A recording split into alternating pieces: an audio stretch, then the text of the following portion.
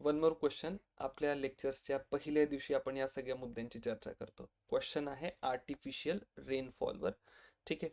So तुम्ही जर मराठवाड्यातमधनं असाल तर मी तुम्हाला बऱ्याचदा हे होमवर्क दिलं असेल की आर्टिफिशियल रेनफॉलमध्ये कोणकोणते इन्ग्रेडियंट्स किंवा कोणकोणते केमिकल्स वापरले जातात. अँड आय एक्सपेक्ट की तुम्ही हे होमवर्क करावं, कारण की अशा प्रकारचे प्रश्न विचारले जातात. सो क्वेश्चन आहे, artificial way of causing rainfall to reduce air pollution make uses of.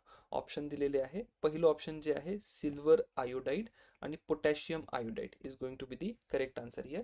आणखी काही पदार्थ पण वापरले जातात, जसं की ड्राय आईस वगैरे बऱ्याचदा वापरला जातो, बट या ठिकाणी ते ऑप्शन्स नाही आहे. So our option correct option is going to be silver iodide and potassium iodide.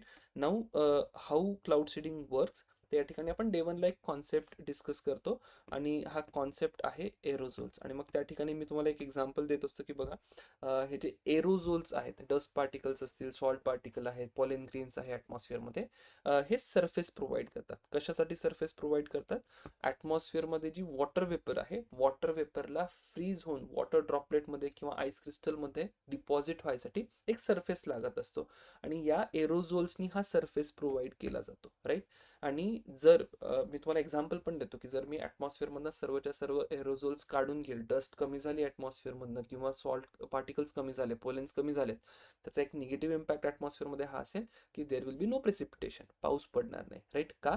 कारण की त्या ठिकाणी जे hygroscopic nuclei, one more term जी पुढे विचारली जाऊ शकते, ठीक आहे, की which of the following substances act as a hygroscopic nuclei, म्हणजे असे पार्टिकल्स जे ॲटमॉस्फिअरमध्ये वॉटरला अट्रॅक्ट करतात, that is called as hygroscopic nuclei. तर हे सर्वच्या सर्व एरोझोल्स हायग्रोस्कोपिक न्यूक्लिआयचं काम करतात. नाऊ आर्टिफिशियल रेनफॉलमध्ये आपण काय करतो, क्लाउड्समध्ये या हायग्रोस्कोपिक न्यूक्लिआयचं प्रमाण वाढवतो, प्रपोर्शन वाढवतो. आणि जेव्हा तुम्ही हायग्रोस्कोपिक न्यूक्लिआयचं प्रपोर्शन वाढवता, ऑटोमॅटिकली वॉटर ड्रॉपलेटला डिपॉझिट व्हायसाठी सरफेस जास्त अवेलेबल आहे, जास्त वॉटर ड्रॉपलेट्स तयार होतात आणि पाऊस पडतो. इतका सिंपल कॉन्सेप्ट आहे. पण प्रश्न कुठनं विचारला होता?